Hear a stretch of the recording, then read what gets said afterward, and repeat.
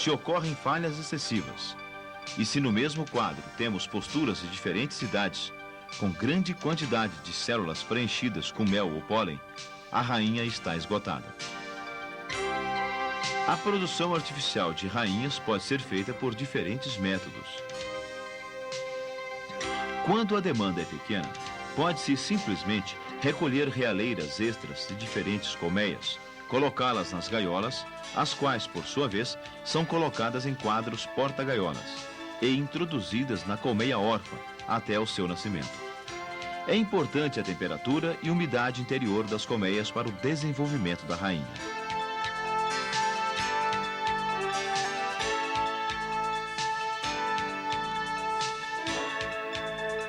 A produção em grande quantidade exige técnica mais apurada, quando se usa realeiras artificiais chamadas cúpulas, onde são enxertadas larvas. As cúpulas podem ser de plástico ou de cera, feitas com o molde. A cera é derretida, o molde é mergulhado em água e depois na cera líquida e a seguir novamente na água. Por fim, a cúpula já pronta é retirada. A temperatura da cera não deve ser muito alta. O aquecimento deve ser suficiente apenas para liquidificá-la.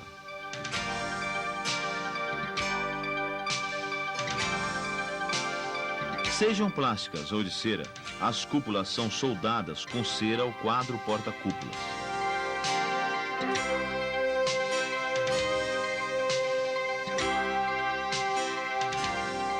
Nas cúpulas, utilizando um conta-gotas, colocamos uma pequena gota de geleia real diluída, que servirá de provisão alimentar inicial para a futura rainha.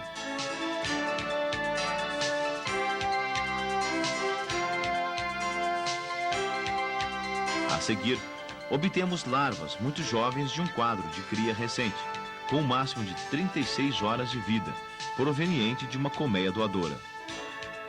As larvas são retiradas com estilete de ponta retorcida e colocadas cuidadosamente no fundo da cúpula, boiando sobre a camada de geleia. As ripas são encaixadas no quadro, o qual é levado e introduzido no núcleo órfão, assim mantido especialmente para esta atividade.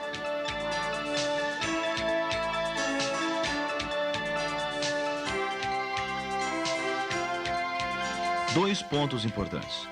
A colmeia doadora, lógico, deve ser manejada para não sofrer com a perda das crias, tendo a rainha em bom estado, alimentação farta e recebendo de volta as crias restantes. O núcleo de criação de rainhas deve ser manejado para sobreviver sem rainha, acrescentando-se favos com larvas e evitando o surgimento de realeiras. O quadro porta-cúpulas permanece no núcleo de criação de rainhas entre 9 e 10 dias, quando o operculado deverá ser retirado. Cada cúpula é extraída do quadro e encaixada nas gaiolas com o opérculo virado para dentro.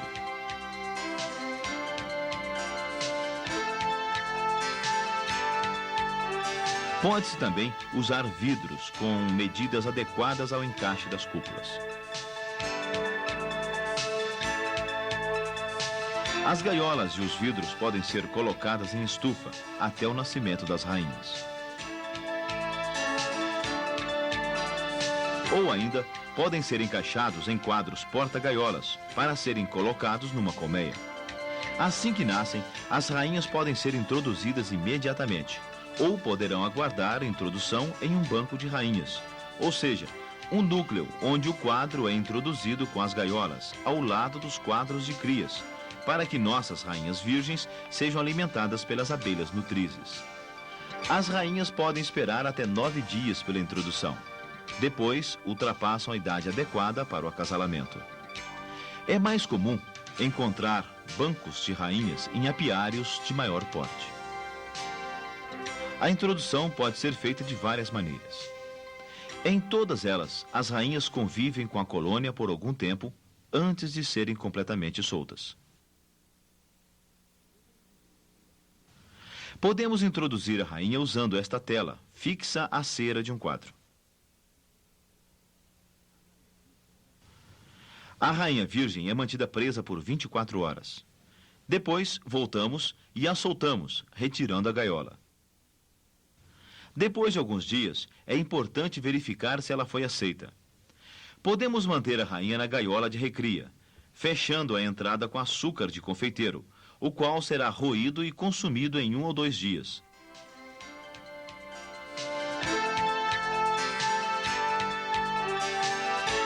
Voltamos e verificamos se a rainha saiu e se está ativa.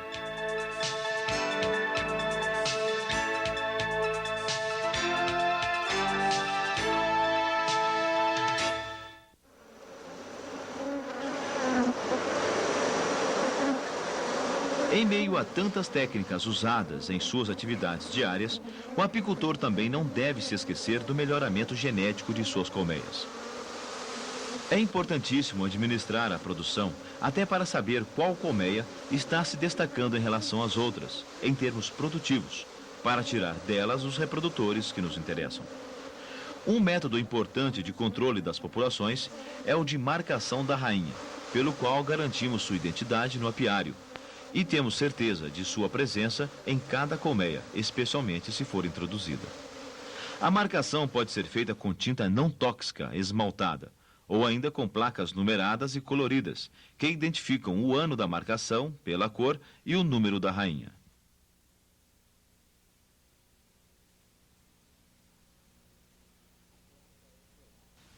A placa é colada na parte superior do tórax com adesivo especial.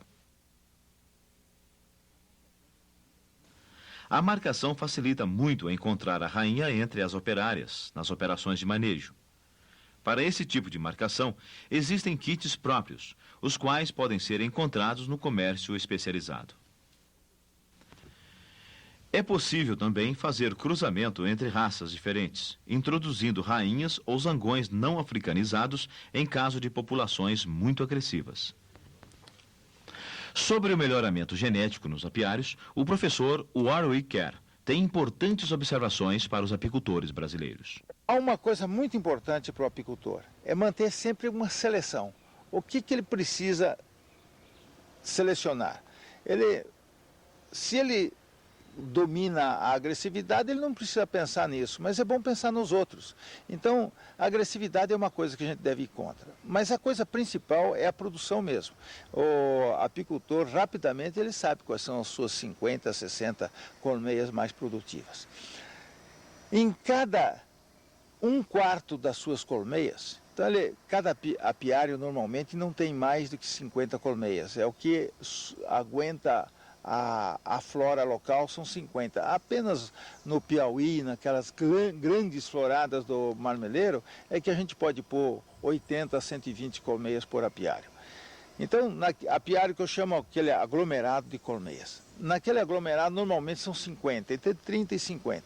Então, nós temos que dividir por 4, vamos lá dizer que ele tenha 40, dividido por 4 dá 10. As 10 melhores, ele coloca um favo de macho. Ah, mas e se não tiver um favo de macho? Ele pega bem no meio onde está a cria e corta o favo no meio. Aquele favo vai produzir macho. Normalmente as operárias puxam agora células para macho, já que isso não existe na colmeia como um todo. E com isto, o que ele faz?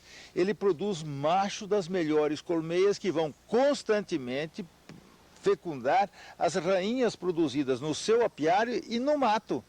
Então ele está... E nos outros apicultores da região.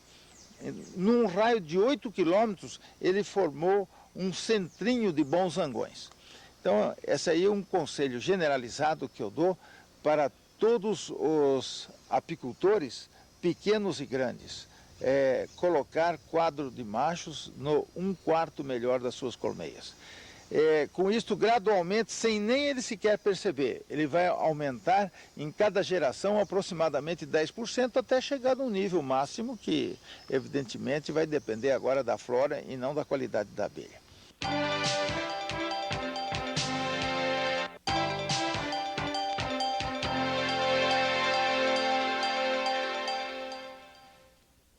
A própolis é usada como desinfetante e como vedação pelas abelhas. No manejo para a produção de mel, já é possível retirar boa quantidade de própolis das colônias, normalmente depositada nas quinas de melgueiras e ninhos, nas frestas, no assoalho e na tampa da caixa, e mesmo nos quadros. Esses espaços onde a abelha deposita própolis, como calafetação, podem ser aumentados, o que significa aumento na quantidade do produto. É nisso que se baseia o manejo para a produção de própolis. A própolis é retirada com formão e levada para ser processada, resultando na propolina, que, por sua vez, é usada como componente de inúmeros produtos cosméticos e terapêuticos. Depois de colhido, o produto é selecionado, conforme o mercado comprador e sua aplicação, e é armazenado em freezer.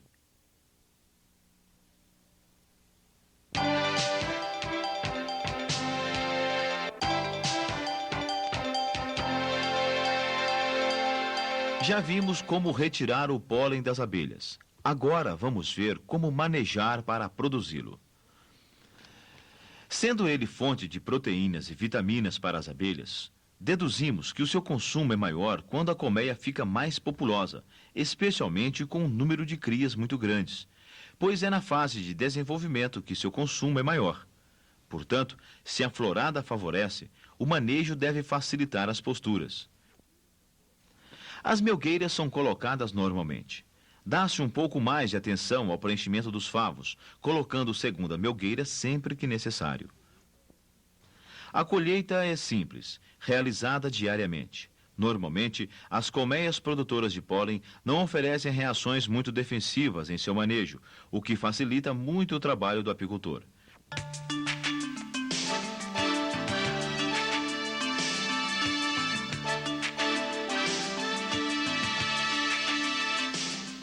O processamento segue os seguintes passos.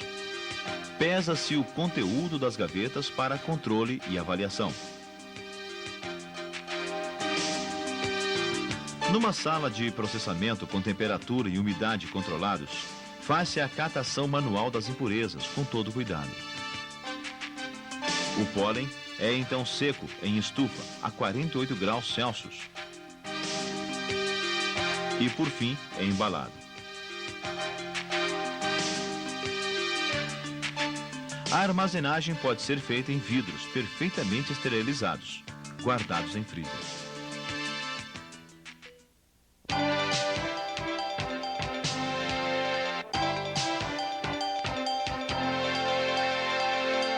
A produção de geleia real exige também intensos cuidados sanitários. Além disso, a luz oxida a geleia, o que torna muito importante diminuir a exposição à luz ao mínimo. É importante lembrar que a geleia é o alimento da rainha em todo o seu ciclo vital. A larva é colocada pelas operárias na realeira contendo reserva de geleia. O trabalho com realeiras, no entanto, é inviável. Por isso, utiliza-se basicamente os mesmos passos usados na produção de rainhas. O quadro porta-cúpulas é levado para a colmeia própria e introduzido na parte central. Depois de 24, 48 ou 72 horas, o quadro é recolhido. As cúpulas estarão sendo fechadas e terão em seu interior um bom estoque de geleia real. E assim se repete esse manejo sucessivamente. Na sala de extração, a cúpula é retirada e a geleia é extraída manualmente com uma pequena espátula,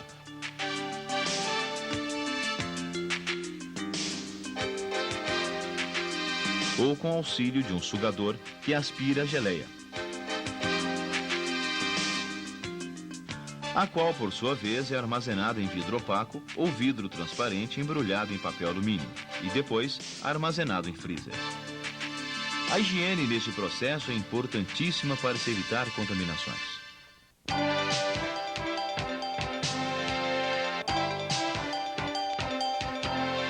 A produção de veneno é muito simples. Não exige praticamente nenhum tipo de manejo especial.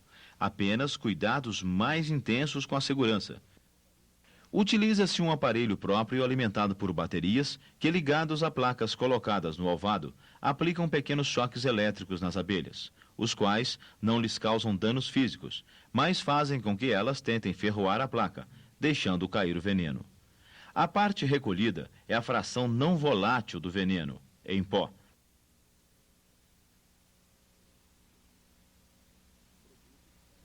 O produto é armazenado em vidros no freezer.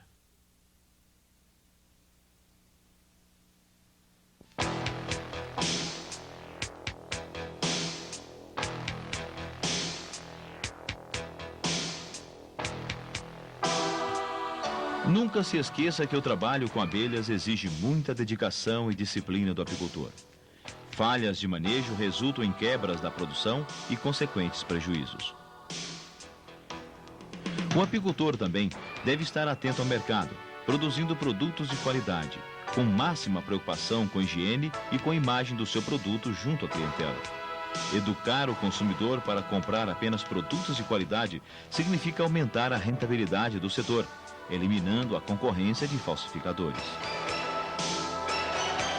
Não deixe de adquirir o vídeo Processamento de Produtos Apícolas, desta mesma série apícola da coleção Filmes Técnicos.